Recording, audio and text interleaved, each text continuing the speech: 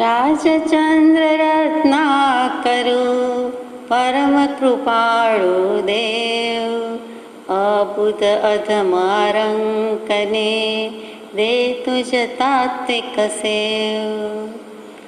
મોક્ષ માર્ગ દાતા નમો રાજચંદ્ર પ્રભુ સાર, ઉર્વશી સમઉરે વસો સદા પરમ આધાર.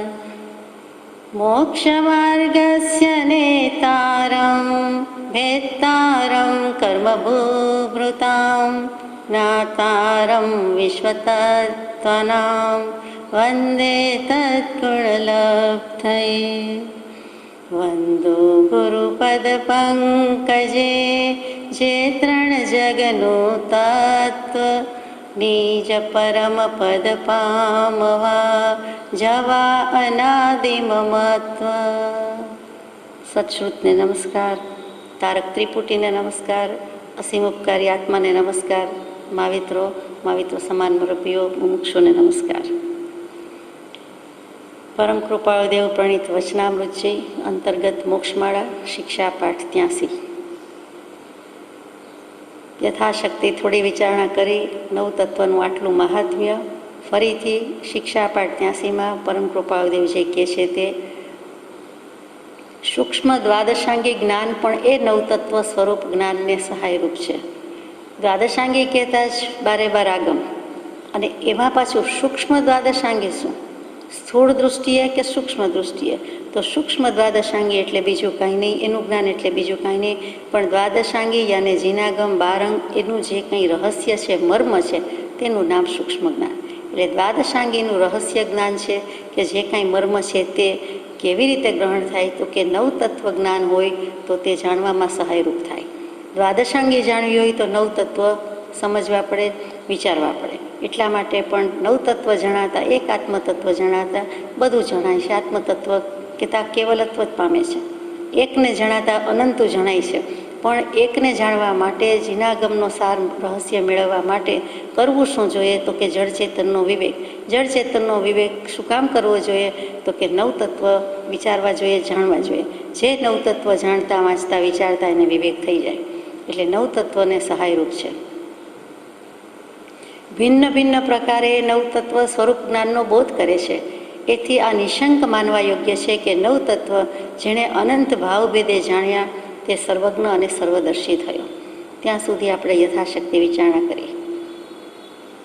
જીવતત્વ, અજીવતત્વ અને પુણ્યતત્વ એની વિગતવાર વિચારણા કરતા હતા. તેમાં આ વસ્તુ પણ આવી કે નવતત્વમાંથી નિશંકતા એ પ્રગટવી જોઈએ કે જે સર્વજ્ઞ ભગવાને, સર્વદર્શી ભગવાને કેવલ જ્ઞાનને, કેવલ દર્શનમાં એક એક પદાર્થના, એક એક સમયની જે પરિણતિ જોઈ છે, પછી અનંત ભાવ ભેદ જોયા, જાણ્યા, પછી લખાયું છે, પછી મુકાયું છે. એટલે આપણે સંપૂર્ણતઃ શિરોમાન્ય માન્ય કરવા યોગ્ય છે. એ નવતત્વ ત્રિપદીને ભાવે લેવા યોગ્ય છે. હૈ, જ્ઞેય અને ઉપાદેય એટલે ત્યાગવા યોગ્ય, જાણવા યોગ્ય અને ગ્રહણ કરવા યોગ્ય, એમ ત્રણ ભેદ નવતત્વ સ્વરૂપના વિચારમાં રહેલા છે. આ વિવેક કેવી રીતે થાય? તો કે ત્રિપદીથી. ત્રિપદી શું છે? વિવેકથી ત્રિપદી કે ત્રિપદીથી વિવેક? ત્રિપદી એટલે બંને રીતે કહેવાય છે. હૈ, જ્ઞેય, ઉપાદેય પણ કહેવાય, સમ્યક દર્શન, સમ્યક જ્ઞાન, સમ્યક ચારિત્ર પણ કહેવાય, અને ઉત્પાદ વ્યય દ્રવ્ય પણ કહેવાય. આ બધી રીતે ત્રિપદી કહેવાય. મુખ્ય બે રીતે, એમાં તદ્દન મુખ્ય નંબર 1 તે ઉત્પાદ વ્યય દ્રવ્ય યુક્તમ સત. ગૌતમ પ્રભુએ મહાવીર સ્વામીને પૂછ્યું, ભંતે કિમ તત્તમ, તત્વ શું છે? અને તરત જ મહાવીર સ્વામીએ ફરમાવ્યું કે ઉત્પાદ વ્યય દ્રવ્ય યુક્તમ સત, એટલે કે ઉપને ઈવા, વિગવે ઈવા, ધ્રુવે વિવા, પ્રાકૃતમાં અર્ધમાગધીમાં, પછી સંસ્કૃતમાં મૂક્યું અને એના પરથી ઓમ તત્સત થયું.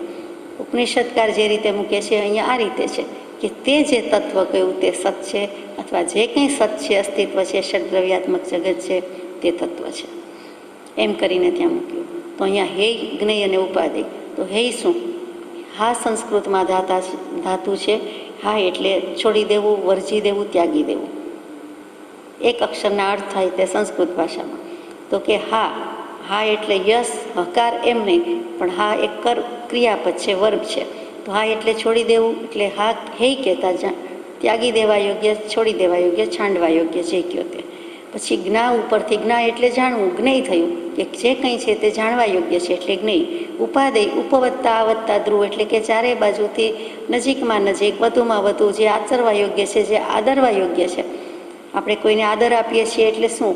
આવો આવો, તો એ શું છે? આદર છે, સન્માન છે, સત્કાર છે, કે એને આપણે ગ્રહણ કરીએ છીએ અને એ આપણે આવે એમ ઈચ્છીએ છીએ એટલે આદર ભાવ કહીએ છીએ. તો આત્મા આત્માને બોલાવે છે, હે સ્વરૂપ તું બહારગામ ગયું નથી, આત્મા તું બહારગામ ગયો નથી. આ તત્વ જ આચરવા યોગ્ય છે. તો નવ તત્વમાં કયા આદરવા યોગ્ય છે એની પણ વાત મૂકે છે. તો હે જ્ઞેય અને ઉપાદેય, જાણવા યોગ્ય જાણી લીધું, જોઈ લીધું, પછી મૂકી દેવાનું. આટલું મારે કરવા યોગ્ય છે, આટલું સ્વીકારું છું, આટલું નથી જોઈતું, આ મૂકી દેવા યોગ્ય છે, આ રાખવા યોગ્ય નથી. તે હે જ્ઞેયને ઉપાદેય, બીજું કાંઈ નથી. એ જ વસ્તુ ઉત્પાદ વ્યય દ્રવની ત્રિપદી છે. વસ્તુ છે એટલે કે ઉત્પન્ન થાય છે, નાશ પામે છે, છતાં વસ્તુ રૂપે રહે છે. એ આપણે આગળના પછીના પાઠમાં ત્રિપદી વિશે લઈશું, ત્યારે વિચારીશું. આ ત્રણ ભેદથી શું થાય છે? તો સીધી સાદી રીતે એક જ વાક્યમાં કહું તો હે કહેતા શું થઈ જાય છે? તો કે છોડવા યોગ્ય છોડી દીધું એટલે સમભાવ મારીએ છે. વસ્તુ બે જ છે, સ્વભાવ વિભાવ પરિણતિ. તો તેમાં છોડવા યોગ્ય છોડી દીધું. વસ્તુ ભાર સંકલ્પ વિકલ્પ વિભાવ પ્રભાવ છોડી દીધો, મૂકી દીધો. તો રહી ગયું શું? તો કે સ્વભાવ સમભાવ. એટલે સમભાવે હે થયું. પોતાનું પોતાની પાસે રાખી દીધું અકબંધ, બીજું બધું મૂકી દીધું, છોડી દીધું, ત્યાગી દીધું. એટલે તે સમભાવે જ્ઞેય, સ્વભાવે હે થયું. બીજું મૂક્યું છે જ્ઞેય. તે જ્ઞેય શું? તો કે જાણવા યોગ્ય. એટલે એક યથાર્થ એવો આત્મા, એની અસલિયત, એનું વાસ્તવિક સ્વરૂપ, એનું મૂળ સ્વરૂપ, એના મૂળ સુધી શુદ્ધ દૃષ્ટિથી શુદ્ધતા સુધી પહોંચી ગયો. પહેલાં દૃષ્ટિ શુદ્ધ નહોતી, સમ્યક કરી અને પછી પહોંચી ગયો એટલે તરત જ જાણવા યોગ્ય જાણી લીધું, યથાર્થ હાથમાં આવી ગયું. એટલે ત્યાં જ્ઞેય એટલે યથાર્થે જ્ઞેય, આત્માર્થે આત્મા જાણી લીધો એટલે તે જાણવા યોગ્ય તત્વ પૂરું થયું. અને છેલ્લો શબ્દ છે ઉપાદેય, આદરવા યોગ્ય. આટલું કર્યું એટલે હવે જાય ક્યાં? આત્મા પોતાનામાં જ રહે. એટલે સમભાવે જ્ઞેય, સમભાવે હે, યથાર્થે જ્ઞેય અને સ્વરૂપે ઉપાદેય, તે પોતાના સ્વરૂપમાં રહ્યો. કેમ કે જ્ઞાન દર્શન ગુણ છે, જ્ઞાન દર્શન ચેતના છે. ઉપયોગની વ્યાખ્યા છે કે ચૈતન્ય અનુવિધાયી પરિણામ ઇતિ ઉપયોગ. એટલે કે જે જ્ઞાન દર્શન ગુણને અનુસરે છે, ફોલો કરે છે અને તેમાં જ રહે છે, તે ઉપયોગ છે. એટલે ઉપયોગ બીજે ક્યાંય જતો નથી, આત્મામાં જ રહ્યો, શુદ્ધ ભાવમાં રહ્યો, શુદ્ધાત્મામાં રહ્યો. એટલે સ્વરૂપે ઉપાદેય છે. એટલે ત્યાં બરાબર સમજાય છે કે સમભાવે હે, યથાર્થે જ્ઞેય અને સ્વરૂપે ઉપાદેય. કોઈક સ્તવનમાં કોઈક જગ્યાએ દેવચંદ્રજી મહારાજના શાસ્ત્રના આ શબ્દો છે. પ્રશ્ન પૂછે છે, જે ત્યાગવા રૂપ છે તેને જાણીને કરવું શું? જે ગામ ન જવું તેનો માર્ગ શા માટે પૂછવું? જરૂર જ નથી, જવું જ નથી, તો કામ જ શું છે? પરમ કૃપાળદેવ ઉત્તર આપે છે, એ તમારી શંકા સહજમાં સમાધાન થઈ શકે તેવી છે. ત્યાગવા રૂપ પણ જાણવા અવશ્ય છે. સર્વજ્ઞ પણ સર્વ પ્રકારના પ્રપંચને જાણી રહ્યા છે.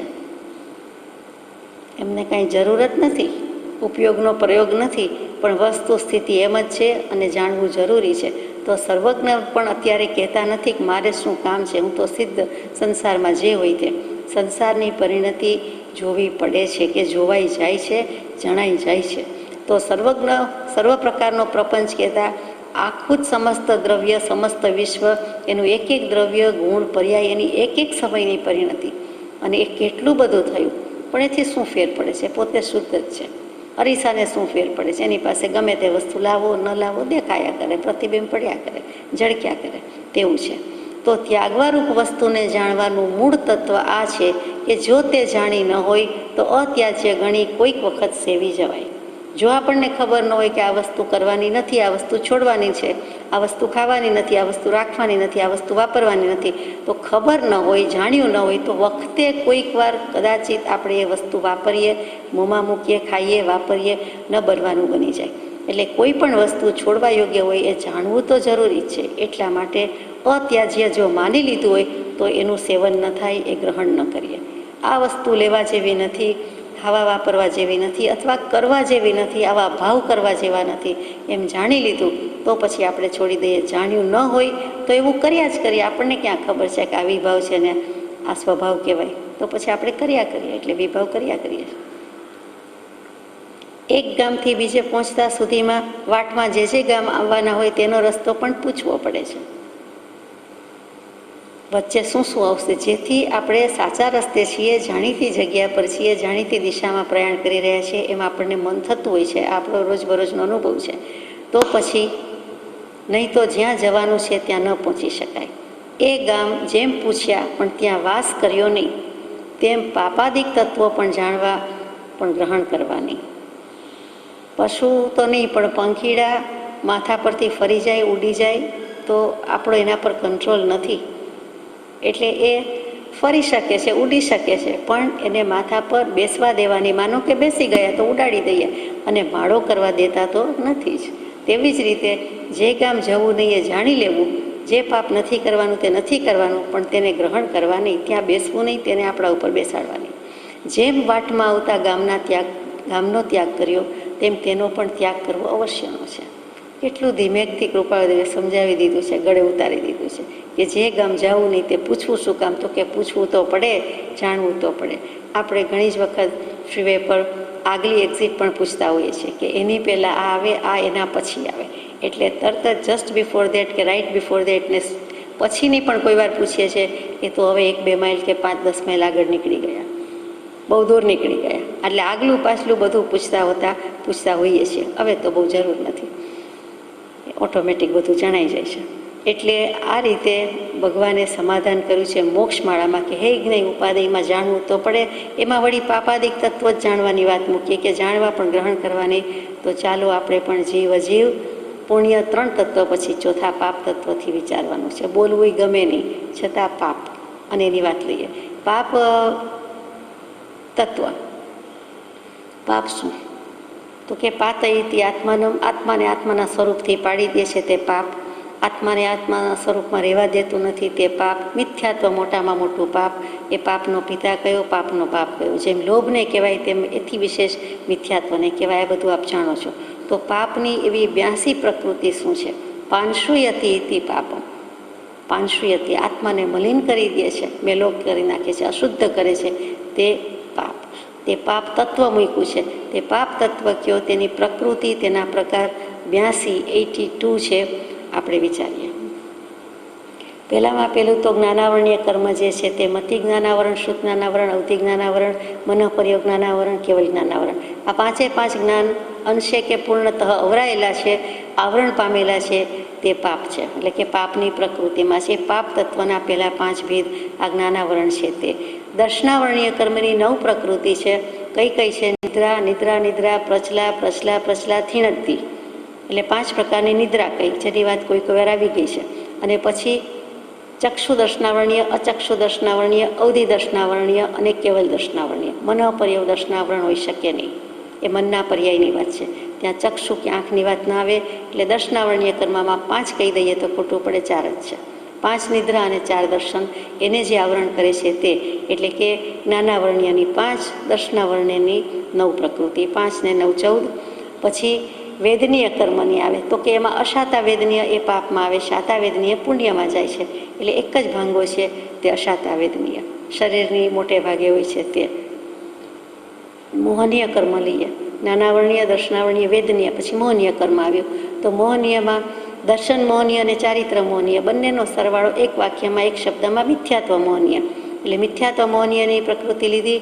પછી સિદ્ધિ અનંતાનુબંધી ક્રોધમાન માયાલોપ 4 લીધા. અપ્રત્યાખ્યાની ક્રોધમાન માયાલોપ, પ્રત્યાખ્યાની ક્રોધમાન માયાલોપ, સંજ્વલની ક્રોધમાન માયાલોપ. એટલે 4 ચોકડી 16 કષાય થયા. 9નો કષાય લીધા. હાસ્ય, રતિ, અરતિ, ભય, શોક, જુગુપ્સા, સ્ત્રીવેદ, પુરુષવેદ, નપુંસકવેદ. એટલે 25 પ્રકૃતિ. ચારિત્ર મોહનીયની 25 પ્રકૃતિ લીધી. દર્શન મોહનીયની 1 જ લીધી, તે મિથ્યાત્વ. કેમ કે મિશ્ર મોહનીય અને સમ્યક્ત્વ મોહનીય એ પ્રકૃતિ 2 એવી છે કે તેનો બંધ હોઈ શકતો નથી. એટલે કે બંધ પડતો નથી. બંધ પ્રકૃતિમાં ભાંગામાં જ્ઞાની પુરુષોએ પહેલેથી જ એને લીધી નથી. એ બંધ યોગ્ય પ્રકૃતિ નથી. એટલે કે મિથ્યાત્વ મોહનીયમાં બધું આવી ગયું. એટલે ટૂંકમાં અહીંયા કહીએ તો મોહનીય કર્મની 26 પ્રકૃતિની વાત આવી. જ્ઞાનાવરણીય, દર્શનાવરણીય, વેદનીય, મોહનીય, પછી આયુષ્ય નામ કર્મ આવ્યું. આયુષ્ય કર્મની વાત આવી. તો એમાં પણ 2 જ વસ્તુ લીધી છે, નરક ગતિનું આયુષ્ય અને તિર્યંજ ગતિનું આયુષ્ય લીધું છે. પાપ પ્રકૃતિની વાત છે. એટલે દેવ અને મનુષ્ય ગતિના આયુષ્યની વાત અહીંયા આવતી નથી. ત્યાર પછી તિર્યંજની ગતિ જુદી લીધી, કારણ કે ગતિ પણ એક કર્મનો ઉદય છે, પ્રકાર છે. એટલે પેલી 2 ગતિ, પેલું 2 આયુષ્ય લીધું નરકનું અને તિર્યંશનું, પછી 2 ગતિ લીધી. ત્યાર પછી એકેન્દ્રિય, 2 ઇન્દ્રિય, 3 ઇન્દ્રિય, 4 ઇન્દ્રિય પણ લીધું. પંચેન્દ્રિય પણ લીધું નથી પાપ પ્રકૃતિમાં, એ મળી શકતું નથી. ત્યાર પછી 6 સંઘિયણ છે એમાંથી લીધા છે, 6 લીધા છે.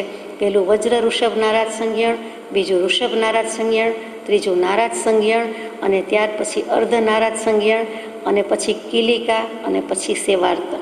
આ સંઘિયણના 6 પ્રકાર છે. આ 6 પ્રકાર મળી શકે છે. પાપની પ્રકૃતિ હોવા છતાં અહીંયા ઋષભ નારાજ સંજ્ઞાન મળે છે. વજ્ર ઋષભ નારાજ સંજ્ઞાન મળતું નથી પાપ પ્રકૃતિ હોવાથી. વજ્ર ઋષભ નારાજ સંજ્ઞાન પહેલાંમાં પેલું જે તીર્થંકર દેવને હોય અને એ વખતના કેટલાક જીવોને હોય, એટલે કે સોલિડ, સ્ટ્રોંગ, મજબૂત.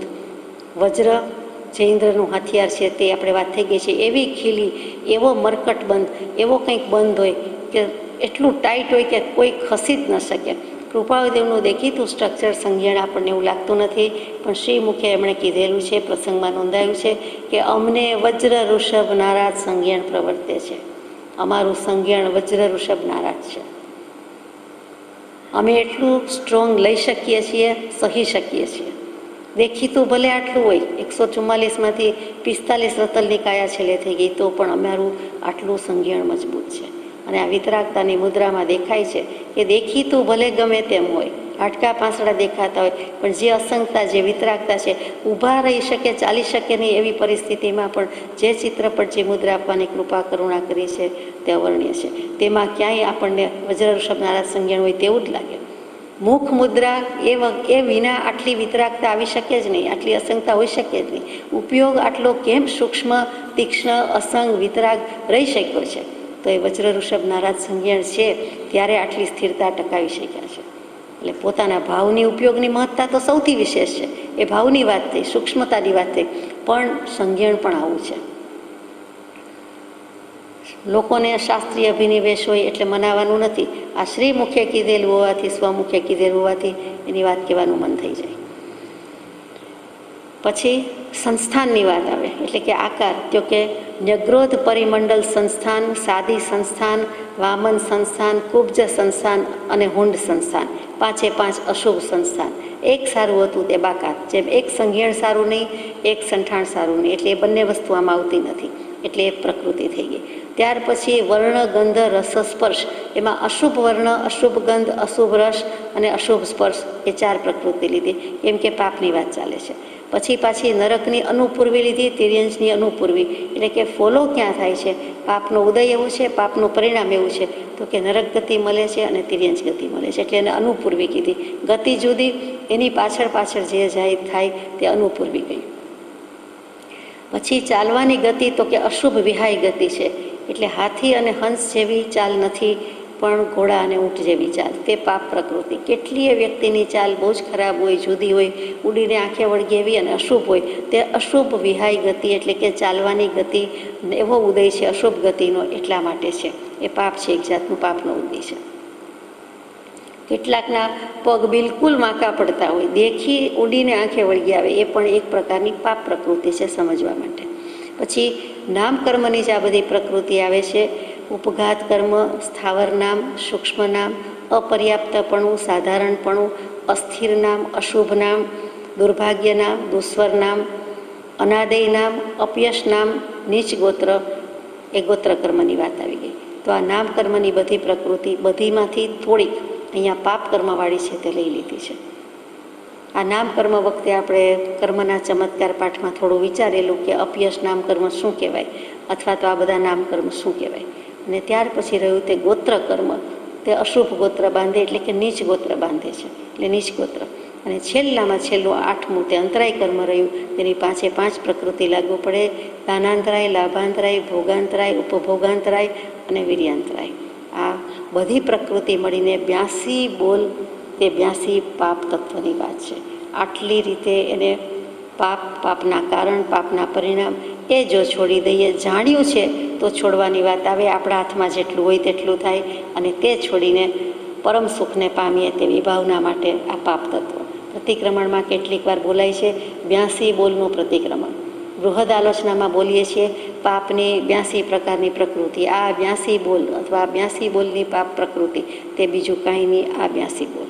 એટલે બંને વસ્તુ સાથે થઈ ગઈ તે પાપ પ્રકૃતિ. ત્યાર પછી પાપ તત્વ પછીનું તત્વ આશ્રવ તત્વ. કર્મ આવ તો કરે જ છે, વરસાદ આવે કે નહીં, પણ કર્મોનો વરસાદ, કર્મનો વ્યવસાય તો જીવને ચાલુ જ છે, સમયે ચાલુ છે.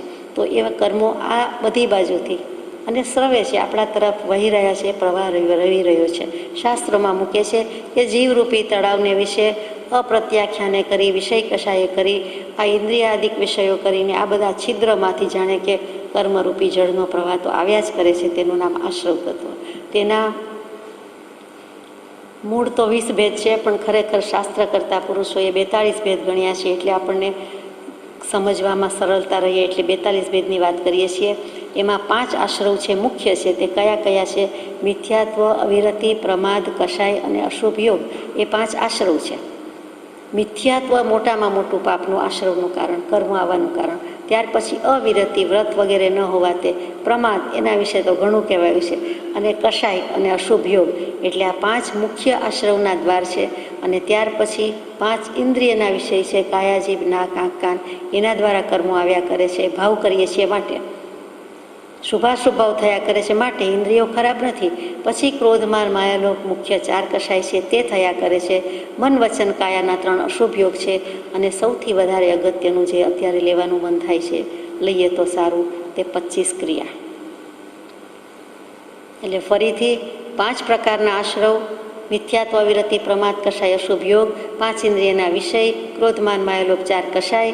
મન, વચન, કાયાના અશુભ એટલે કે અસમંજસવાળા, એટલે કે અશોભન, મંગુલ ભાવ. હવે મંગુલ શબ્દ આવે, અશોભન શબ્દ આવે, સમજાય નહીં. અશોભનમાં સમજાય તો કે અશુભ ભાવ કેવા છે, અશુભ યોગ કેવા છે. અને છેલ્લે જે કહ્યું તે 25 ક્રિયા. આ 25 ક્રિયા શું, તેની વિચારણા કરીએ. તે આશ્રવ તત્વના 42 ભેદ છે. 25 ક્રિયામાં શાસ્ત્ર કરતા પુરુષોએ મૂક્યું છે, બહુ સુંદર મૂક્યું છે. એમાં ક્રિયા કોને કહેવાય ત્યાંથી જ શરૂ કર્યું છે. કાંઈ પણ કરવું તે ક્રિયા, એમ આપણે અર્થ કરીએ છીએ. મૂળ શાસ્ત્રોમાં વ્યાખ્યા આપી છે તે કે આત્મા જે વ્યાપાર વડે શુભાશુભ કર્મનું ગ્રહણ કરે છે તેનું નામ ક્રિયા. ફરીથી, આત્મા જે વ્યાપાર વડે શુભ કે અશુભ કર્મને ગ્રહણ કરે છે અને તે વ્યાપારને ક્રિયા કહેવાય છે. એટલે વ્યાપાર કહો, પ્રવૃત્તિ કહો, એક્ટિવિટી કહો, કંઈક કરવું છે, સમથિંગ ટુ ડુ, એમ કહો તો એ પણ એનું નામ ક્રિયા છે. પણ વ્યાખ્યા કેટલી સુંદર છે. કર્મગ્રંથ રચ્યો, એના 6 ભાગ લખ્યા, તો તે 12મી સદીમાં ઘણું કરીને હશે કે 13મી. તે દેવેન્દ્ર સુરીજીએ પહેલા ભાગની પહેલી જ ગાથામાં શું મૂક્યું તો કે મંગલાચરણ કર્યું મહાવીર પ્રભુને અને તરત જ કહ્યું સિરિવીર જીણમ વંદિય. શિવીર જીનેશ્વરને વંદન કરીને આ કર્મ વિપાક નામનો પ્રથમ ગ્રંથ રચું છું. અને કિરઈ જીયણ હેવોઈમ જેણમ તો વન્નયે કમમ. જે હેતુઓ વડે ક્રિયા કરાય છે તે કર્મ છે. એટલે આપણી ભાષામાં કાંઈ પણ કરવું, કાંઈ પણ શુભાશુભ ભાવ કરીએ છીએ તે ક્રિયા. કંઈ પણ શુભાશુભ કર્મનું ગ્રહણ કરીએ છીએ તે ક્રિયા. શુભાશુભ ભાવ થાય એટલે શુભાશુભ કર્મનું ગ્રહણ થાય જ, અને તે ક્રિયા. શુદ્ધ ભાવ હોય તો શુદ્ધ ક્રિયા, તો કોઈ કંઈ કહેવાપણું નથી. સ્વભાવ પરિણતિ એ નિજ સ્વરૂપનો કરતા છે, તો એનો કરતા થયો, બાકી નહીં. તો આગળ જઈએ. પહેલી ક્રિયા મૂકી છે તે કાયિકી ક્રિયા. કાયા ઉપરથી કાયિકી ક્રિયા એ અનુપરત કાયિકી પણ છે અને દુષ્પ્રયુક્ત કાયિકી પણ છે. એટલે કે કોઈ પણ મન, વચન, કાયાના યોગ જ્યારે અશુભ રીતે પ્રવર્તવામાં આવે, આપણા કાયાની જ વાત લીધી છે અહીંયા, મન વચન ભૂલી જવાનું છે. કાયાના યોગ જ્યારે અશુભ રીતે પ્રવર્તે, હાથ પગથી કોઈકને કંઈક વાગી જાય કે બીજું કાંઈ પણ કોઈ પણ રીતે અશુભ યોગમાં પ્રવર્તે, તે બધી કાયિકી ક્રિયા છે. અને એ તો જીવને લાગ્યા જ કરે છે. ચાલે તો લાગે, બોલે તો લાગે, ઊંઘી જાય તો લાગે, કાંઈ પણ કરે તો લાગે છે. બીજી પ્રવૃત્તિ તો જુદી, તો તે કાયિકી ક્રિયા. ત્યાર પછી બીજી ક્રિયા છે, બહુ જલ્દી લઈએ છીએ, અધિકરણિકી ક્રિયા. અધિકરણ શું, તો કે અધિકરણનો એક અર્થ કરણની જેમ સાધન થાય. અહીંયા જરા વિચિત્ર થાય છે, જુદો થાય છે, અણગમતો થાય છે. કે જે ક્રિયા કરવાથી આત્મા નરકનો અધિકારી થાય તેને અધિકરણ ક્રિયા કહેવાય. એ અધિકરણ ક્રિયા કરવી ગમે નહીં, છતાં કરવી પડે છે. ખડગ, તલવાર, શસ્ત્ર વગેરે વાપરે તો તે અધિકરણિકી ક્રિયા છે. એમાં સંયોજન અધિકરણિકી અને વિયોજન અધિકરણિકી. આ સંયોજન અધિકરણિકી છે કે બધા શસ્ત્ર બનાવે અથવા તો બનાવવાનું કહે, એ સંયોજન અધિકરણિકી. આપણે તલવાર શસ્ત્ર ક્યાં બનાવીએ? આપણે કોઈક વખત આપણી જોબ કોઈ પણ રીતે લેબર જોબ હોય કે સારામાં સારી જોબ હોય કે પ્રેસિડેન્ટ હોય કંપનીના, એન્જિનિયરિંગનું ફિલ્ડ હોય કે બીજું કંઈ હોય કે ન્યુક્લિયર પાવર પ્લાન્ટનું હોય, તો એમાં જે એટમ બોમ્બ બનાવવાની વાત આવે અથવા બોમ્બને લગતું જે કંઈ આવે અને એના એન્જિનિયરિંગમાં અથવા તો એમાં જવું પડે, એમાં કોઈ પણ ફિલ્ડમાં જેટલા અંશે એમાં ભાગ લેવો પડે, જોબ કરવી પડે, બિઝનેસ કરવો પડે, તે આમાં આવી જાય કે અધિકરણિકી ક્રિયા. એ મોટે પાયે દેખીતી રીતે આવી જાય. બાકી તો અધિકરણ ક્રિયાનો કોઈ પાર નથી, એટલી છે. જે કરીએ છીએ તેમાં હિંસા છે. અને છેલ્લે ભગવાને કહી દીધું, જે આમાં કહ્યું છે અધિકરણિકી ક્રિયામાં એટલે કહેવાય જાય છે, આપણે જે છરી ચપ્પુ આજ સુધીમાં ચલાવ્યા કે વાપરીએ છીએ શાકભાજી ફ્રૂટ્સ માટે, એ અધિકરણિકી ક્રિયામાં આવે. એ શસ્ત્ર વાપરીએ જ છીએ, એ શસ્ત્ર છે. એવી રીતે કોઈ પેલા ફ્રીટ છાંટતા તો એ પણ શસ્ત્ર જ છે. આ બધું જ આમાં આવે અને તેનાથી તે જ સમયે હિંસા થાય છે એમ નહીં, પણ આપણે વસાવ્યું હોય આપણા પછી જ્યારે જેટલું જેના હાથમાં જશે, જ્યાં સુધી વાપરશે ત્યાં સુધી આ ક્રિયા, આ દોષ આપણને લાગે અને લાગે છે. અને માત્ર છરી ચપ્પુ નહીં, એવું ફ્લીટનું નહીં મશીન, પણ બીજા કેટલાય બ્લેન્ડર, મિક્સર, ગ્રાઇન્ડરથી માંડીને પંખા, લાઇટ, ટ્યુબલાઇટ, એર કન્ડિશનરથી માંડીને વોટ નોટ, પાણીની પરબ, પાણીના કૂવા, વાવ, તળાવ, સિંચાઈ યોજના, ટાંકા, ઘર બંધાવવું, આ બધામાં જે હિંસા, તે બધી જ અધિકરણ ક્રિયા છે. બહુ મોટો વિષય છે, પણ આમાં આપણે સમજી ગયા. અત્યારે છરી ચપ્પુ જેવી હિંસક ક્રિયા કે હિંસાના સાધને મર્યાદિત રાખીએ. માટે કોઈ દિવસ કોઈને એ ભેટ આપવા જેવા નથી. પોતે પણ લેતા વિચારવા જેવું છે, સેટના સેટ ભેગા કરવા જેવા નથી અને કોઈને આપવા જેવું પણ નથી. બીજી કોઈ વસ્તુ આપવી હોય તો જુદી વાત છે, આ આપવા જેવી નથી, કેમ કે દોષ થાય છે. માટે મૃત્યુ સમયે જે બધું ઓસીર આવે છે અથવા તો દરરોજ સૂતી વખતે ભાવ કરે છે, તે આ ભાવ છે કે આહાર શરીરને ઉપરી પચખું પાપ 18, મરણ આવે તો ઓસીરું, જીવવું તો આગાર. 18 પ્રકારના પાપ સ્થાનકનો ત્યાગ કરે છે. પ્રાણાતિપાત, મૂષાવાત, અદત્તાદાન, એ જે બધા આવે છે તે 5 વ્રત અવ્રત આવે છે. તે પછી ક્રોધમાન માયાલોક, પછી રાગ દ્વેષ, પછી ક્લેશ, પછી પૈશુન્ય, પછી અભ્યાખ્યાન, પરપરિવાદ, રતિ અરતિ એટલે કે ગમાણ ગમા કરે, અને માયાશલ્ય, મિથ્યાત્વ શલ્ય અને નિદાન શલ્ય. આ 18 પ્રકારનું મિથ્યાત્વ, 18 પ્રકારનું પાપ.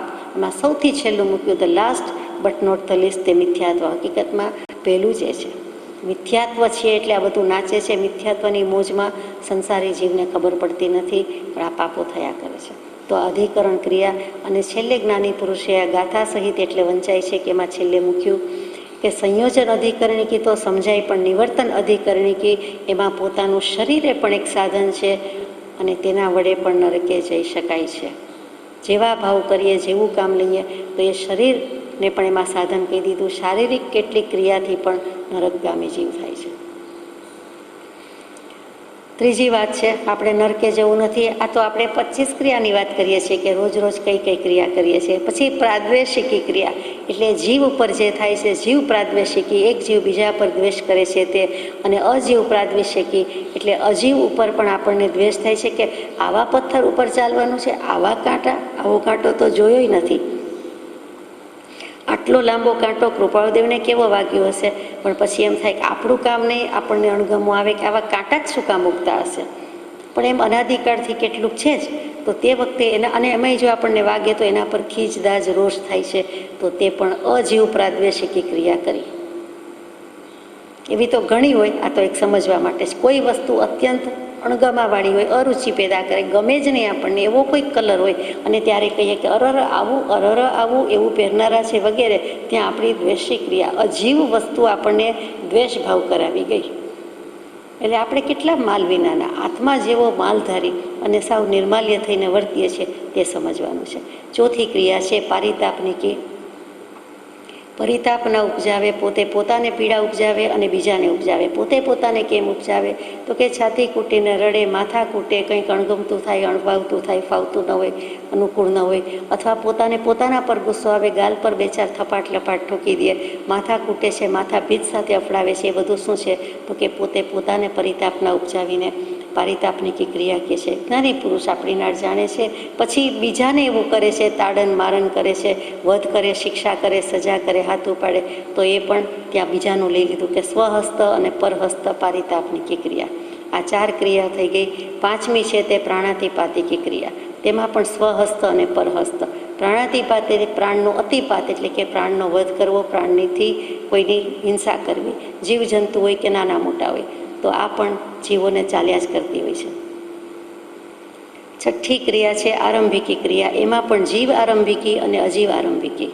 જીવ આરંભિકી કઈ રીતે છે તો કે કોઈ પણ સજીવની ઘાત કરે, આરંભ સમારંભ, સંભ્રમ સમારંભ આરંભ વિચાર કરે કે ગમતું નથી, કરવું પડશે એટલે કરીએ છીએ, અથવા તો અજાણતા થઈ ગયું છે, સાવરણીથી જે કીડી વગેરે જંતુને લેવા માટે, સાફ કરવા માટે યત્નથી મૂકવામાં, પ્રમાર્જન કરવામાં આવે તો પણ કેટલું કીડીનું શરીર કે દેહ કે કાયા જેવી છે અને કેટલો ઉદય એવો છે, એ સાવરણી ટચ થતાં જ અથવા એનું આયુષ્ય પૂરું થતું હોય તો તેમ પણ ધૂળ, સાવરણી, જંતુ વગેરેના સંયોગમાં સ્પર્શ થતાં જ એનો દેહ ત્યાગ થઈ જાય છે.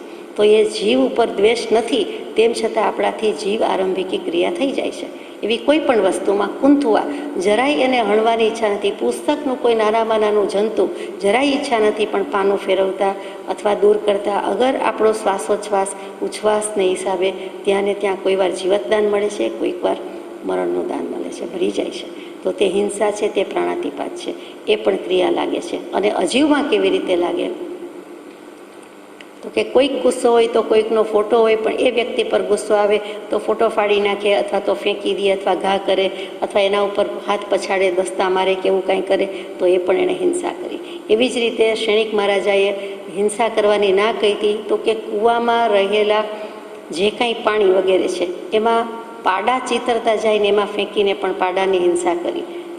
જે કસાઈને, કાલસૌરી કસાઈને પાડાની હિંસા એક જ દિવસ ન કરવી કે થોડીક વાર ન કરવી એવી આજ્ઞા આપી કે નિયમ આપ્યો કે જો થઈ શકે તો એ કરી શકતો નથી. સ્થૂળ દૃષ્ટિએ હિંસા એણે નહીં કરી, પણ ભાવથી કરી, મનથી કરી, અને દોરીને પણ કૂવામાં નાખીને હિંસા તો કરી જ. એવું આપણે કંઈ કરીએ કે પથ્થર આદિમાં કોતરેલું કંઈ હોય, અગર તો કોઈનો ચિત્રપટ ફોટો હોય અથવા કાંઈક પણ હોય અને એના પરનો દ્વેષ, તો એ પણ અજીવ આરંભિકી ક્રિયા છે. જ્ઞાની પુરુષે આ 25 ક્રિયામાં એકેય ક્રિયા બાકી નથી રાખવી, એટલા માટે લઈએ છીએ સમજવા માટે. ભલે થોડું લાંબુ લાગે, કંટાળો આવે છે, પણ લઈએ છીએ. બરોબર છે કે 9 તત્વમાં આ બધું પણ આવે છે. 7મું છે તે પારિગ્રાહિકી ક્રિયા કે ધન, ધાન્ય, ધાતુ વગેરે જે 10 પ્રકારનો પરિગ્રહ, 24 પ્રકારનો પરિગ્રહ, અંતરંગ અને બહિરંગ. અંતરંગ પરિગ્રહ મિથ્યાત્વ, ક્રોધમાન, માયાલોભ વગેરે છે. બહિરંગ પરિગ્રહ આ બધું આપણે રીધિ સીધી રીચીજ લઈને બેઠા છીએ તે છે. તો એ પશુ પક્ષી, દાસ દાસીના પણ પરિગ્રહ થાય. સર્વન્ટ્સ વધારે હોવા એ પણ પરિગ્રહ છે, ભૂલી ન જવાય. આપણને એમ થાય કે આપણે ક્યાં અત્યારે પશુ પંખી રાખીએ છીએ, પણ આપણે જીવતા મનુષ્યો રાખીએ છીએ, તે પણ કહેવાય. એટલે એ પરિગ્રહ અને એના સંગ્રહથી જે કંઈ પાપ દોષ લાગે છે તે બધું છે. 8મો છે તે પ્રત્યયિકી ક્રિયા. પ્રત્યય એટલે અહીંયા હેતુ. માયા પ્રત્યયિકી ક્રિયા, જે હેતુથી માયા પ્રત્યે જવાય અથવા માયાના હેતુથી જે કંઈ દુષ્ટ ભાવ કે દુર્જનતા દાખવીએ છીએ પોતાના પ્રત્યે કે બીજાના પ્રત્યે, આત્મભાવ પ્રત્યે કરીએ તો તેમ અને પરભાવ કરીએ તો તેમ. આત્મભાવની કેવી રીતે આપણે જાણીએ છીએ કે પોતે જ પોતાના આત્માને ઠગે છે, વંચે છે, પોતે પોતાના શુદ્ધ સ્વભાવ સ્વરૂપમાં રહેતો નથી, તો પોતે ચોર જ છે. પરભાવ લેવાના નથી, કરવાના નથી, છતાં એમાં જાય છે, એની વાત કર્યા કરે છે અને સ્વભાવને છોડી દે છે, એટલે કે રાખતો નથી. એટલે માટે ત્યાં એને માયા કીધી, ચોર કીધું, ઠગવું, વિરાણા, માલમે, આહા, કર્મ કઠોર. પરભાવમાં તો આપ જાણો છો, ખોટી સાક્ષી, ખોટી માયા, સાચી માયા, ખોટી સાક્ષી, ખોટા લેખ, ખોટી સહી વગેરે જે કાંઈ બધું ખોટે ખોટું કરે છે, કરાવે છે અને અનુમોદે છે, તે બધી માયા પ્રત્યેકી ક્રિયા. ત્યાર પછીની 8મી ક્રિયા, 9મી ક્રિયા છે મિથ્યા દર્શનની ક્રિયા. મિથ્યાત્વ પ્રત્યે છે અને લઈ જાય છે. કોઈ પણ પદાર્થનું સ્વરૂપ, કોઈ પણ વાત હોય એનાથી ઓછી કેવી, અધિક કેવી, અગર તો વિપરીત કેવી, તે ન્યૂનાતિરિક્ત મિથ્યા દર્શન છે. કેટલીક વખત તદ વ્યતિરિક્ત, તે સિવાયનું કેવું, વસ્તુ કંઈક જ હોય, એમાં ABC XYZ નહીં, પણ બિલકુલ જુદી જ કંઈક ભળતી જ વાત કરવી, એકની બદલે બીજી કરવી, તો એ પણ લઈ લીધું છે. અજ્ઞાની પુરુષો તો ખરા તે ખરા જ છે. ઓછું અધિક વિપરીત કહ્યું હતું તો એકની બદલે બીજું એ બાકી રહી જતું હતું, એ પણ પાછું આમાં મૂક્યું. એટલે એ ક્રિયા 10મી ક્રિયા છે તે પ્રત્યાખ્યાની ને અપ્રત્યાખ્યાની. એટલે અહીંયા અપ્રત્યાખ્યાનિકી ક્રિયા કહેવાય કે કોઈ પણ વસ્તુના નિયમ, વ્રત, પછાણ, પ્રતિજ્ઞા લીધા નથી એટલે જે ક્રિયા લાગે છે, દોષ લાગે છે, પાપ લાગે છે, તે અનપ્રત્યાખ્યાનિકી. ઘણીવાર ઘણી વ્યક્તિ દલીલ કરતી હોય છે કે એમાં હાથ ન જોડ્યા હોય તો શું થયું, અથવા હાથ નથી જોડ્યા બાકી નિયમ તો છે જ ને, પાડીએ જ છીએ ને, રાખીએ જ છીએ ને, બધી આજ્ઞામાં જ છીએ ને, તો એમ નહીં. જેટલો નિયમ, જેટલો હાથ જોડ્યા છે, જેટલા પછાણ લીધા છે તેટલું જ કાઉન્ટ કન્સિડર થાય, બાકી નહીં, એટલું જ લેખે લાગે છે. નહીં તો અપ્રત્યાખ્યાનિકી ક્રિયા લાગે. એમાં સજીવ અને અજીવ, એમાં સજીવ વસ્તુ પણ આવી ગઈ અને અજીવ વસ્તુ પણ આવી ગઈ. બહુ સમજવા જેવું છે. ડર લાગી જાય એવું છે કે જે પદાર્થ કોઈ પણ વખતે ઉપયોગમાં આવે નહીં એવા પદાર્થનું પણ જો પછાણ ન હોય તો તે સંબંધી કર્મનો આશ્રવ તો જીવને અવશ્ય આવે જ છે. આપણે અમુક જ કપડાં પહેરતા હોઈએ, અમુક જ ઘરેણાં પહેરતા હોઈએ, અથવા ન પહેરતા હોય, ન પહેરવાના હોય, પણ નિયમ નથી લીધો હોય એટલે આખી દુનિયામાં જેટલી મિલમાં જે પ્રકારે જેટલું કાપડ બનતું હોય તે બધાનો દોષ આપણને લાગે જ છે. એવી આ તો એક કપડાની વાત છે. એવી કોઈ પણ બાબત છે કે જેટલો ત્યાગ કર્યો હોય એટલો જ ગણાશે. કાંઈ જ કેટલીય વસ્તુ ક્યારેય ખાધી પીધી ન હોય, ખાવા પીવાના નથી, કેટલુંક અભક્ષ્ય છે જ, અપેય છે, તેમ છતાં ત્યાગ નથી, નિયમ નથી, તો એ બધાનો દોષ લાગે જ છે. આપણે કે આપણા સિવાયના ઘરના કે બીજા સભ્યોને લાગે જ છે.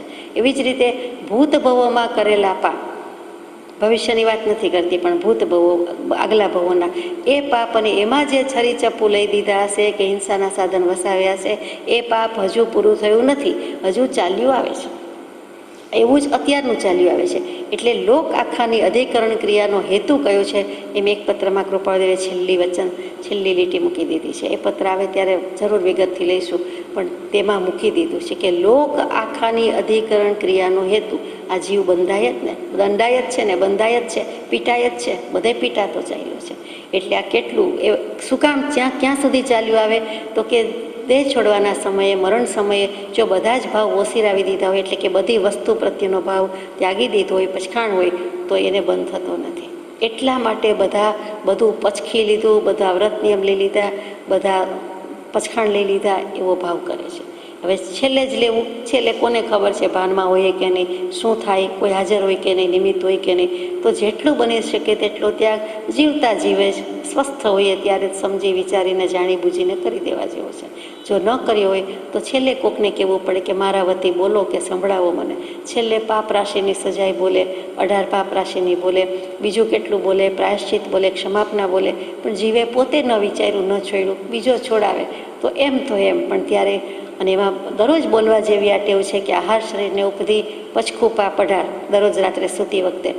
અને જીવવું તો વાપરવું, એટલે કે મરણ આવે તો વોસીરું, જીવવું તો આગાર એટલે અપવાદ, તો વાપરવાની છૂટ, નહીંતર મારે આ વસ્તુને કોઈ નિસ્બત નહીં, વ્યક્તિને નિસ્બત નહીં, કાંઈ સંબંધ નહીં.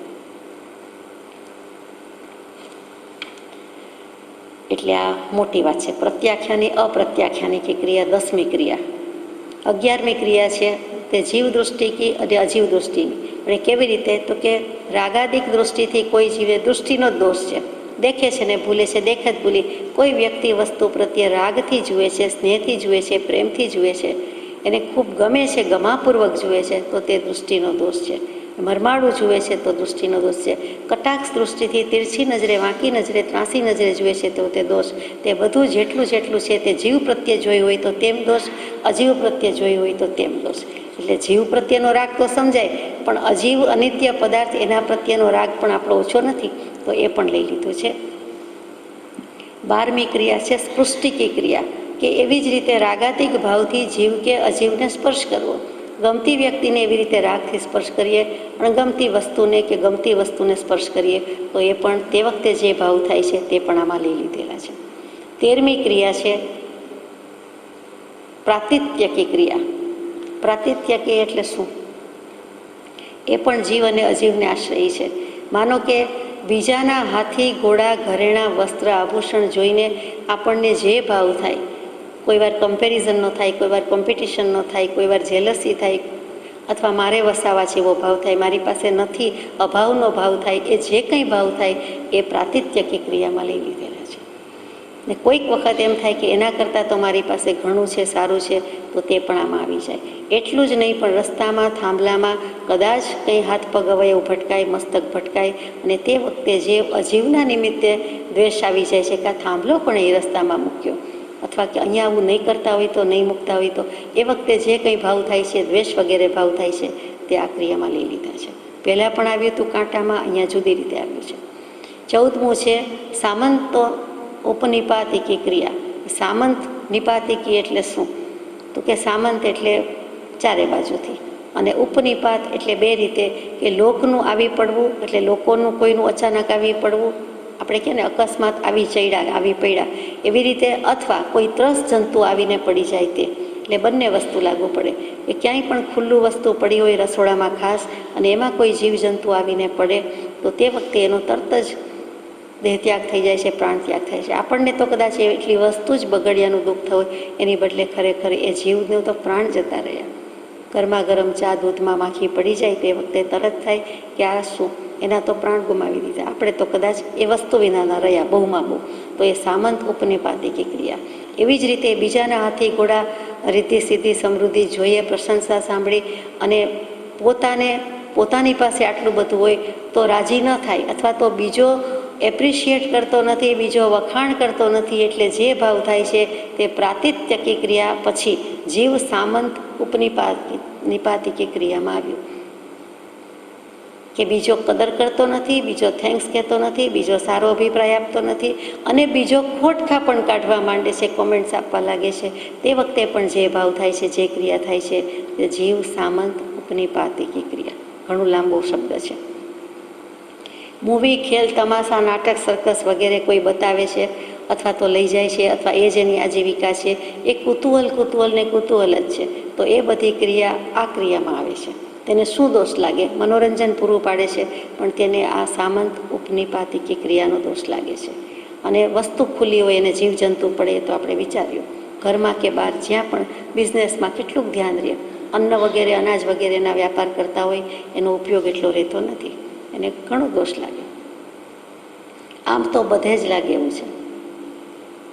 15મી ક્રિયા છે નૈશાસ્ત્રિકી ક્રિયા અને નૈસૃષ્ટિકી ક્રિયા. એટલે કે રાજા, સરકાર કે કોઈની આજ્ઞા પાસેથી શસ્ત્ર બનાવવામાં પડવું પડે. તે એટમ બોમ્બ બનાવવાની, નાનામાં નાનો પાર્ટ બનાવવાની પણ લેબર જોબ કરતા હોય એવું બને છે. નાનામાં નાની વસ્તુ બનાવવાનો પણ આવે તો એને જાણીએ અજાણીએ ભલે આજીવિકા માટે છે, પણ તે વખતે તે દોષ બધો લાગે છે, તે ક્રિયા લાગે છે. અને તેવી જ રીતે નૈસૃષ્ટિકી એટલે કે વસ્તુ ફેંકી દેવી અથવા તો કાઢવી. જેમ કે મશીન મૂકીને, મોટર મૂકીને કૂવામાંથી પાણી કાઢી કૂવો ખાલી કરવો, તે જીવ નૈસૃષ્ટિકી ક્રિયાનો દોષ લાગે છે. મુનિ મહારાજને આ ક્રિયા સજીવ પ્રત્યે લાગે છે કે પોતાના શિષ્યને પાત્ર અપાત્ર કુપાત્ર ગણીને કાઢી મૂકે છે, રજા આપે છે પોતાના કુટુંબમાંથી, સંઘમાંથી, ગચમતમાંથી. તો તે વખતે ગુરુને તે ક્રિયાનો દોષ થોડો પણ લાગે તો છે. અને મુનિની દૃષ્ટિથી પણ લેવાનું છે. જીવમાં બધા આવી જાય તો કે શુદ્ધ આહાર બધું વગેરે ગ્રહણ કર્યું હોય, એ ગોચરી વગેરે વાપરી લીધા પછી જે કાંઈ પરટવાનું આવે તે વખતે ભલે ભૂમિ વગેરે કેટલુંક અજીવ લાગે છે, જીવ નથી દેખીતી રીતે, પણ તેમ છતાં તેને અજીવ નૈસૃષ્ટિકી ક્રિયાનો દોષ ત્યાં લાગે. વસ્તુ જળ થઈ ગઈ હોય, સૂજતી થઈ ગઈ હોય, એટલે વસ્તુ જળ છે, ભૂમિને પણ ત્યાં જળ ગણે છે, પણ તે ઉપર જ્યારે પરઠવે છે ત્યારે એને અજીવ નૈસૃષ્ટિકી ક્રિયાનો દોષ. કેટલું સૂક્ષ્મ છે. 16મી ક્રિયા છે સ્વાહસ્તિકી, જીવહસ્તિકી અને અજીવહસ્તિકી. પોતાના હાથ વડે અથવા તો પોતાના હાથમાં રહેલા પદાર્થ વડે અન્ય જીવને હણે તે. સીધું જ હાથમાં લીધું હોય, મૂક્યું હોય, કે ચાઈને કોઈ મારી નાખતું હોય, મચ્છર ઉડતો હોય અને કોઈકને જોયું હોય કોઈક વાર બચપણમાં, તો એકદમ જ મસળી નાખે કે હું ન કરી શકું, મારા હાથમાં આવી જ જાય, ઝપટમાં લઈને ત્યાં ને ત્યાં રામ રમાડી દે. તો શું છે, મચ્છરનું આયુષ્ય પૂરું થતું હતું એમ નહીં. પોતે જેવો ભાવ કર્યો હતો કે પકડી લઉં, મારી નાખું, અને જે મારી નાખ્યો તે દોષ લાગ્યો. તે પોતાના હાથે અથવા હાથમાં છરી, ચપ્પુ વગેરે, કલમ વગેરે, ખીલાખીલી વગેરે એવું કંઈક શસ્ત્ર વસ્તુ છે એના વડે ટચ કરે છે. સીધું જ ટચ કરતું નથી, પણ એના વડે કરે છે. ચાબુક ફટકારે છે. સીધું ઘોડાને મારતા નથી, પણ ચાબુક દ્વારા મારે છે. લાકડી ઉગામીને કોઈને મારીએ છીએ તો એ શું છે, શસ્ત્રનો આધાર છે. ડાયરેક્ટ કોન્ટેક્ટ નથી, પણ હાથમાં રહેલું શસ્ત્ર. હવે આમાં જ્ઞાની પુરુષે કાંઈ બાકી રાખ્યું. નહીંતર જીવ દલીલ પ્રિય છે, દલીલ કરે જ, તર્ક કરે જ કે મારા હાથ કે મારી આંગળી ક્યાં ટચ થઈ છે, મેં ક્યાં વાગ્યું છે, માર્યું છે, કર્યું છે. પણ હાથમાં રાખેલું શસ્ત્ર હોવાથી જે કાંઈ થાય છે તે પણ આ દોષ લાગે છે. કોઈ પણ ડૉક્ટર સર્જરી કરતા હોય, ઓપરેટ કરતા હોય, બીજી કંઈ ક્રિયા કરતા હોય, ક્લીન કરતા હોય, જે કાંઈ કરતા હોય તો ઇન્સ્ટ્રુમેન્ટ હોવાનું, ઇક્વિપમેન્ટ હોવાનું. એનાથી જે ક્લીન કરે છે તે બેક્ટેરિયા વગેરે છે, તે વિષાણુ, કીટાણુ, જંતુ જ નહીં તો બીજું શું, કચરા સાથે જંતુય છે, તો એ બધું છે. તો એ વખતે તેને આ ક્રિયાનો દોષ લાગે છે. એટલે કોઈને ક્યાંય છોડ્યા નથી, બાકાત નથી. પોતાના હાથે કરે, અગર બીજા પાસે કરાવે, સુપરવાઇઝર હોઈને કરાવે કે આ પ્રમાણે કરવાનું છે, કે હું ઊભો છું આમ કર, અથવા મેં બતાવ્યું તેમ કર, તો એને પણ એ દોષ લાગે છે. હવે 17મી ક્રિયા છે, 25 સુધી જવાનું છે. આજ્ઞા પનિકી ક્રિયા અથવા તો આ નયનિકી ક્રિયા, એ પણ જીવ અને અજીવ રીતે છે કે જીવ અને અજીવને આજ્ઞા કરીને તેમની પાસે કંઈક મંગાવવું કે મારા માટે આ લાવજો, તો ત્યાં આજ્ઞા પનિકી. પોતે લેવા ગયો નથી પણ આદેશ, આજ્ઞા, હુકમ આપી દીધો.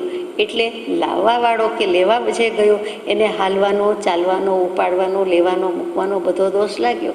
તો ભગવાન કે એ એક જ દોષિત છે. જેણે મંગાવ્યું એટલે અનુમોદના કરી, કરવું, કરાવવું, અનુમોદવું, એને પણ દોષ લાગે. એટલે એમાં પણ આપણને મૂક્યા નથી. નહીં તો આપણને એમ થાય કે આપણે છૂટી જઈએ, છટકી જઈએ, કે આપણે એટલું કરવું નહીં, આપણે એટલું જવું નહીં, આપણે ચાલવું નહીં, આપણને એ દોષ ન લાગે. 18મી ક્રિયા છે વિદારણિકી ક્રિયા. વૈદારિણીકી, કોઈ પણ જીવ કે અજીવને વિદારવાથી, ફોડવાથી, ભેદવાથી જે કંઈ થાય તે. બીજી રીતે વિતારણા શબ્દ લઈએ તો વંચના, ઠગાઈ, કપટ કરીએ તે બંને રીતે જીવને લાગે છે. સદગુણોને દુર્ગુણી કહીએ, દુર્ગુણીને સજ્જન કહી દઈએ. અને પ્રપંચી રીતે વચ્ચે કંઈક સ્વાર્થ હોય, માયા કપટ હોય, એવી રીતે દુભાષિયાપણું કરવું. ખરેખર આ શ્લોકનું ગુજરાતી જ કહેવાય છે, ઘરનું નથી.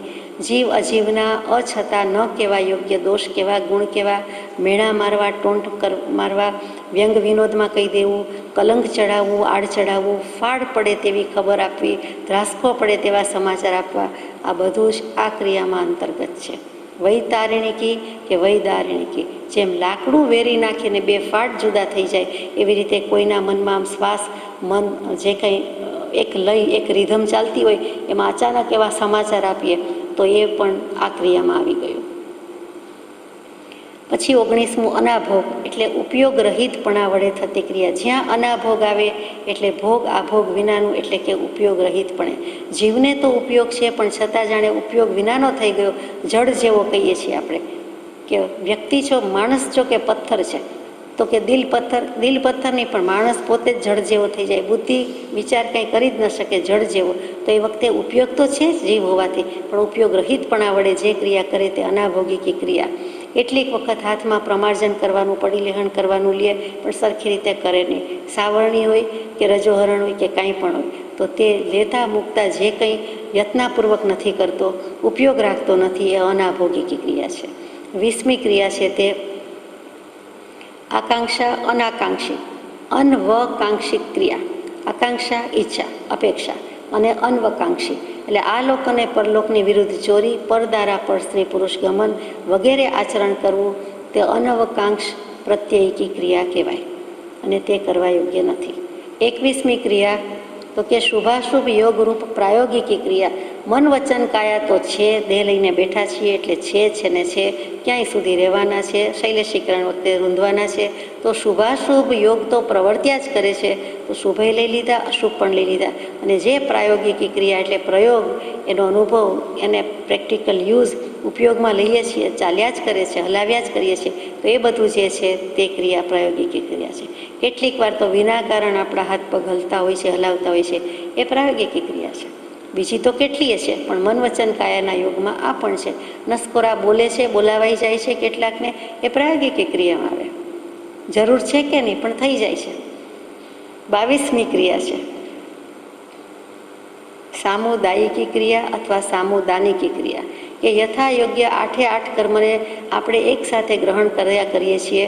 સમય સમયે જીવ કર્મ બાંધે છે ની ના નહીં, પણ સમજવા જેવું છે કે એકી સાથે મોટા ભાગે 7 કર્મ તો બંધાતા જ હોય છે. 8મું આયુષ્ય કર્મ જીવનમાં એક જ વાર બંધાય છે, એટલે એ એક જ સમય એવો છે કે ત્યારે 8 કર્મ બંધાતા હોય એમ કહેવાય. પણ નહીં તો 7 કર્મ તો હંમેશા બંધાયા કરે છે. એટલે પેલા પોસ્ટ ઓફિસમાં કે કોઈ ડિપાર્ટમેન્ટમાં ખતવણી થયા કરતી હોય, આ ખાતામાં, આ ખાતામાં, આ ખાતામાં, એમ 7 ખાતામાં તે જ સમયે કર્મ વેચાઈ જાય છે. એ કર્મની વધારે વાત આવશે ત્યારે લઈશું. અહીંયા સમૂહમાં કેટલા કર્મ બંધાઈ જાય છે એમ આપણે કહીએ છીએ કે આખું ગ્રુપ એકસાથે કોઈ ટીવીમાં સિરિયલ જોતું હોય, મૂવી જોતું હોય, એકસાથે ક્યાંક પિકનિકમાં ગયા હોય કે ક્યાંય પણ ફરવા ગયા હોય કે ક્રૂઝમાં કે ગમે ત્યાં હોય, અને એકસાથે કેટલાક સીન જોતા, કેટલાક દૃશ્ય જોતા બધાના મનમાં લગભગ એક સરખા ભાવ આવે, મોરઓરલેસ એક સરખા ભાવ હોય, અને તે વખતે આયુષ્યનો બંધ પડતો હોય તો લગભગ બધાના એકસાથે આયુષ્યનો બંધ પડી જાય કે આ પ્રમાણે છે. યુદ્ધ ખેલતા હોય તે વખતે મારો કાપોનો ભાવ હોય, બધાને આર્ત ધ્યાન, રૌદ્ર ધ્યાન હોય, સામી દેશને, સામી કન્ટ્રીના કોઈને જોયું નથી, તેમ છતાં હિંસાના ભાવ છે. એવા સમુદાયમાં બંધાયેલા કર્મો પહેલાં પણ છે, પછી પણ છે. એના પરિણામે પણ સમૂહમાં જ મરવાનું પાછું થાય છે, કારણમાં આપણે એવું ઈચ્છાય છે. તો એ ક્રિયા જે થઈ એને અહીંયા સામુદાયિકી કે સામુદાયિકી ક્રિયામાં લઈ લેવાય. આ સિવાય પણ કેટલીક ક્રિયા છે તે બધી સામુદાયિકી ક્રિયા કહેવાય છે. 23મી ક્રિયા છે તે પ્રેમિકી ક્રિયા. એક જીવ બીજા જીવ ઉપર, જીવતા જાગતા જીવ ઉપર પ્રેમ કરે છે, રાગાદિક વચનો બોલે છે, સ્નેહયુક્ત વ્યાપાર કરે છે, તો તે બધી પ્રેમિકી ક્રિયા કહેવાય. 24મી ક્રિયા છે તે દ્વૈશિકી ક્રિયા કહેવાય કે એક જીવ બીજા જીવને દ્વેષ ઉપજે, રોષ ઉપજે, રીસ થાય, ક્રોધ આવે એવું જ વર્તન કર્યા કરે, એવી જ ક્રિયા કર્યા કરે, તો તે દ્વૈશિકી ક્રિયા છે. અને 25મી ક્રિયા સૌથી છેલ્લી તે ઈરિયા ક્રિયા છે. ઈર ટુ ગો, ગમન કરવું, જવું. એટલે ગમન આગમન, હાલતા ચાલતા ક્યાંય ન કરે, પણ માત્ર ચાલવાની ક્રિયા પ્રવૃત્તિ હોય, બીજી કદાચ કાંઈ ન હોય. અથવા કોઈ કે માત્ર જમતી વખતે હાથ મોઢું જે હલે ચલે છે એટલી છે, કોઈ કે હલવા ચાલવાનું છે, તો એમ તો એ ઈરિયાપથિક ક્રિયા કહેવાય. મંદિરજીમાં દર્શન કરવા આવીએ, સ્વાધ્યાય ભક્તિમાં જઈએ તો પણ ઈરિયાપથિક ક્રિયા, 2 વ્હીલર 4 વ્હીલર કે આપણા પોતાના 2 પગ ઉપર પણ થતી તો હોય તો તે ઈરિયાપથિક ક્રિયા ચોક્કસ છે. માટે ઈરિયાવૈયાનો કાયોત્સર કહેવાય છે કે જે કંઈ પાપદોષ લાગ્યા તસ્મિચ્છામિ દુક્કડમ, એ ઈરિયાવૈયાનો કાવસર. એ ઘરેથી આ સ્થળ પર પહોંચતા મને જે કંઈ પાપદોષ લાગ્યા, રસ્તામાં જે કોઈ જીવની હિંસા થઈ, રાત્રે કે દિવસે, એકલા કે સમૂહમાં, તે બધાનું મિચ્છામિ દુક્કડમ. અને 10 પ્રકારે મિચ્છામિ દુક્કડમ. કોકની પાંખ કપાઈ જાય, કોકનો પગ કપાઈ જાય, કોકનું આખું અંગ કપાઈ જાય, કોકનો પ્રાણત્યાગ થઈ જાય, અને કોક ઠંડુ ગરમ પાણી મિક્સ કરીએ તો બંને જીવોને મસળ્યા કહેવાય, એકબીજા સાથે અથડાવ્યા કહેવાય. એવી બધી ક્રિયા તો કર્યા જ કરીએ છીએ. ઈરિયાપથિક એ ક્રિયાનું મહત્ત્વ એ છે કે છેલ્લી છે 11મે, 12મે અને 13મે ગુણસ્થાનકે રહેલા કેવલ જ્ઞાનીને પણ આ ક્રિયા લાગે છે, તે તેનું મહત્ત્વનું છે. બીજી 24 ક્રિયામાંથી કેવલ જ્ઞાની બાકાત છે, સકશાઈમાંથી અકશાઈ થઈ ગયા છે, પણ હવે હજુ એમને આ ક્રિયા લાગે છે તે ઈરિયાપથિકી ક્રિયા, એટલે કે હાલવા ચાલવાની, અગર તો હલન ચલનની ક્રિયા, અહીંયા હાલવું ચાલવું જ કહેવાય, એ ક્રિયા લાગે છે. કેટલા સમય માટે લાગે છે? 2 સમય માટે. પહેલે સમયે બાંધે, બીજે સમયે વેદે, ત્રીજે સમયે નિર્જરી જાય. પણ એને એક સમયની ક્રિયા ન કહેવાય, એને શાસ્ત્રોક્ત ભાષામાં 2 સમયની ક્રિયા કહેવાય. એટલે 2 સમય માટે પણ એ બાંધે છે. અને એ શાતાવેદીનો જ ઉદય હોય છે, એક જ કર્મની પ્રકૃતિ પણ એ બાંધે છે. એટલે સમજવાનું એ છે કે કર્મ કોઈને છોડતા નથી, કર્મ ન રાખે શરમ. એમાં કેવલજ્ઞાની ભગવાન જેણે આ બધો બોધ લખ્યો આપ્યો એને પણ છોડતા નથી, એને પણ આ લાગુ પડે છે. અને ઈરિયાપથિકી ક્રિયાને પણ છોડવાની છે. આ આશ્રવ તત્વની વાત હતી. એમાં 42 ભેદમાં 25 ક્રિયા લીધી. ત્યાર પછીનું સંવર તત્વ છે, એ તો સહેલું છે, અઘરું જાજુ બધું આપણે પૂરું કર્યું.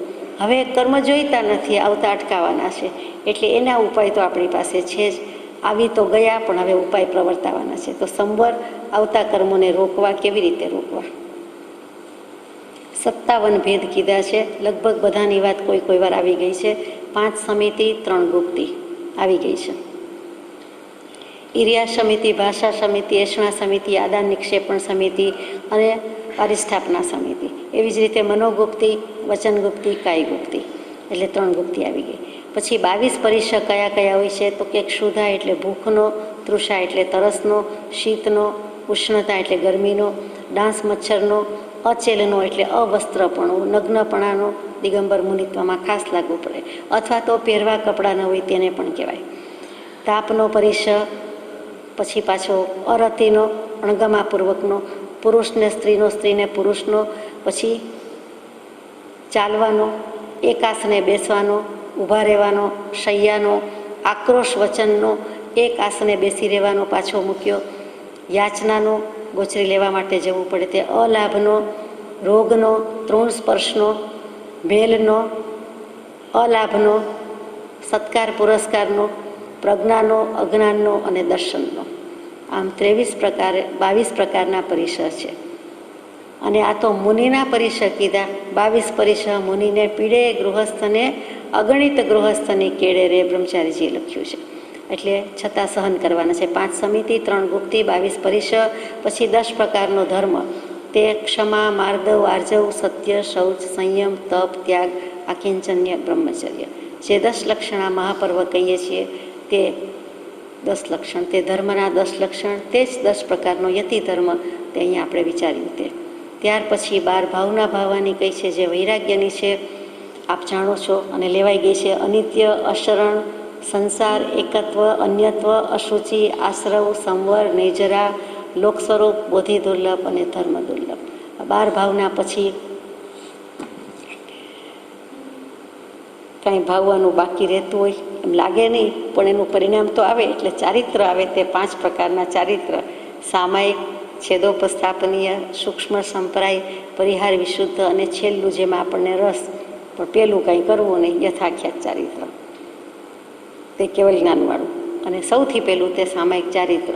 જ્યારે કૃપાળદેવ લખે કે 11 પ્રકૃતિ ખપાવ્યા સિવાય સામાયિક આવે નહીં, એટલે એ સામાયિક ચારિત્ર આવે નહીં. 11 પ્રકૃતિ એટલે આપ જાણો છો, અનંતાનુબંધીની 4, અપ્રત્યાખ્યાનીની 4 અને મિથ્યાત્વ મોહનીય, મિશ્ર મોહનીય, સમ્યક્ત્વ મોહનીય. એ 11 પ્રકૃતિ જાય ત્યારે તો સામાયિક આવ્યું. એટલે એ સામાયિક એટલે સમ્યક દર્શનપૂર્વકનું શુદ્ધ ભાવ સાથેનું સામાયિક, સાચું સામાયિક. ત્યાં સામાયિક ચારિત્ર કહી દીધું. પહેલું આપણે કરીએ છીએ સામાયિક પ્રતિક્રમણ, તે વ્રત કહેવાય, અનુષ્ઠાન કહેવાય, એક ક્રિયા કહેવાય. અને શુદ્ધ ભાવથી કરે તો એ સામાયિક ચારિત્ર થઈ ગયું. આ પ્રમાણે સંવરના 57 ભેદ છે. ત્યાર પછી 8મું નિર્જરા તત્વ. નિર્જરા, કર્મનું જરી જવું, ખરી જવું, પડી જવું. તે કેટલાક કર્મો એની મેળે જ ખરી જાય છે, એનો સમય પાકે છે, ઉદય આપે છે, ફળ આપે છે. અત્યારે આપણા બધાના કેટલાય કર્મો ખરી ગયા, નિર્જરા થઈ ગઈ. તેમાં શાસ્ત્ર સ્વાધ્યાય ભક્તિ તો ઉત્તમ તપ છે, તે વખતે કરીએ છીએ તો કેટલાય આવીને જતા રહ્યા, શાંતિથી છાનામાના જતા રહ્યા, કાંઈ ખબર પડી નહીં. એ જ વસ્તુ આ બધું ન કરતા હોય, નવરા બેઠા હોય, આઇડલ માઇન્ડ હોય, અને એ વખતે આવે તો કેટલાય બીજા ભાવ કરતા હોઈએ તો આર્ત ધ્યાન, રૌદ્ર ધ્યાનના સરવાળા ગુણાકાર થઈ જાય, નૂતન કર્મ બંધ લાગી જાય. આમાં જે બંધાયા હશે એ પણ શુભ બંધાયા હશે, અને રસબંધ એનો બધો બહુ સારો હશે, એટલો ફરક. અને કેટલાય કર્મ તો ગયા, એ નિર્જરા થઈ, એમાં જ્ઞાની પુરુષના, જ્ઞાનીના વચન વંચાતા હોય, એટલે તો આપણને અનંત ગુણી નિર્જરા થાય. આ નિર્જરા 2 પ્રકારે થાય, સકામ અને અકામ. એના પાછા 12 ભેદ. તો 6 બાહ્ય તપ, 6 આભ્યંતર તપ. બાહ્ય તપ આપ જાણો છો, અનશન, ઉણોદરી, ઔમૌદર્ય, વૃત્તિ સંક્ષેપ, રસ પરિત્યાગ, કાય ક્લેશ, એટલે કે જેમાં કશાયની પ્રતિસલ્લીનતા અને યોગની પણ પ્રતિસલ્લીનતા, એ 6 પ્રકારે. અને બીજું 6 પ્રકાર જે આભ્યંતર તપ કીધું એ સૌથી વધારે સારું: પ્રાયશ્ચિત, વિનય, વ્યુત્સર્ગ એટલે કાયોત્સર્ગ, સ્વાધ્યાય, ધ્યાન. આ બધા જ 6 પ્રકારના તપ. એમાં સૌથી વધારે ધ્યાનમાં ઘણા કર્મ ખપે, પણ સમ્યક દર્શન સાથેનું, આત્મજ્ઞાન સાથેનું ધ્યાન હોય તો. એટલે અહીંયા નિર્જરાના ભેદ થયા. સ્વાધ્યાય અને ધ્યાન સૌથી વધારે કર્મ ખપાવવાનો રસ્તો છે, મનાય કે નહીં, એ નિર્જરા છે. ભૂખ્યું ન રહેવાતું હોય, ઉપવાસ, તપશ્ચર્યા, આંબિલ ન થતા હોય, એકાસ ન થઈ શકે તો કંઈ વાંધો નથી. પણ આંતરિક તપ, સ્વાધ્યાય જો પ્રેમથી, ભાવથી, શુદ્ધ લક્ષ્ય થઈ શકે તો કલ્યાણ છે. ત્યાર પછી બંધ તત્વના ભેદ મૂક્યા છે. તેના 4 ભેદ જ છે: પ્રકૃતિ, સ્થિતિ, અનુભાગ અને પ્રદેશ. પ્રકૃતિ એટલે બંધારણ, એટલે નેચર. જેમ શરીરની પ્રકૃતિ વાત, પિત્ત, કફવાળી કહીએ, તેમ અહીંયા પ્રકૃતિ બનશે કે કયું કર્મ કયા ખાતામાં જાય. જ્ઞાનાવર્ણ્યમાં લાગ્યું, આ કર્મ મોહનીયમાં, આ ભાવથી દર્શન મોહનીય, આ ભાવથી જ્ઞાનાવર્ણ્ય, આ ભાવથી આયુષ્ય કર્મ, કે અહીંયાથી કેવું કર્મ. તો તે કર્મનો સ્વભાવ કે બંધારણ નક્કી કરે, તે પ્રકૃતિ બંધ. પછી સ્થિતિ બનશે, તે કર્મ એ જીવ સાથે, આત્મા સાથે કેટલો કાળ રહેવાનો છે, 2000 વર્ષ, 5000 વર્ષ કે 70 સાગરોપમ, કે ક્યાં સુધી રહેવાનું, કે પછી એકાદ ભવના થોડાક વર્ષ સુધી, તો એ સ્થિતિ બનશે. પછી અનુભાગ બનશે, એટલે રસ એ કેવા ભાવથી બાંધ્યું છે, તીવ્રતા, મંદતા કેટલીક છે, એની ઇન્ટેન્સિટી કેવી છે ભાવની, તે પ્રમાણે બંધાય છે. હલકું કે ભારે, નિકાચિત કે અનિકાચિત એ પણ છે. અને છેલ્લું એમાં જે મૂક્યું છે તે પ્રદેશબંધ. તે પ્રદેશબંધ એટલે શું? તો કે જેમ લાડવો છે તો એના દળિયા, એટલે કેટલો લોટ, કેટલી વસ્તુ, કેટલું દળિયા, એના પ્રદેશો, આત્મપ્રદેશો, એનું દળ કહીએ, વોલ્યુમ કહીએ તે. તો એ આત્માને કર્મના કેટલા જથ્થા લાગ્યા છે. આપણે કહીએ બહુ કર્મ બાકી છે, થોડા બાકી છે, અનંતા બાકી છે, ઓછા બાકી છે, તો એ દળ છે. એટલે તે પ્રદેશબંધ છે. તે આત્માની સાથે, આત્મ પ્રદેશોની સાથે આ કર્મ પ્રદેશો એટલે કે કર્મ પૂતગલ પરમાણુ વર્ગણા જે છે તે રહે છે. હવે છેલ્લું મોક્ષનું દ્વાર, સૌથી વધુ અગત્યનું, આપણને જેમાં સૌથી વધારે રસ તે છેલ્લું તો છેલ્લે જ આવે તે લેવાનું છે કે 15 ભેદે સિદ્ધ થાય છે. તે 15 ભેદે સિદ્ધ કેવી રીતે આપ જાણો છો? તીર્થ, અતીર્થ, તીર્થંકર, અતીર્થંકર, સ્વયંભૂત, પ્રત્યેક બુદ્ધ, સ્ત્રીલિંગ, પુરુષલિંગ, નપુસકલિંગ, સ્વલિંગ, અન્યલિંગ, ગૃહસ્થલિંગ, એક સિદ્ધ અને અનેક સિદ્ધ. આમ 15 રીતે જવાય છે. એ મોક્ષના 9 દ્વાર છે. તેની આપણે હવે વિચારણા કરીશું સજાત્મ સ્વરૂપ પર.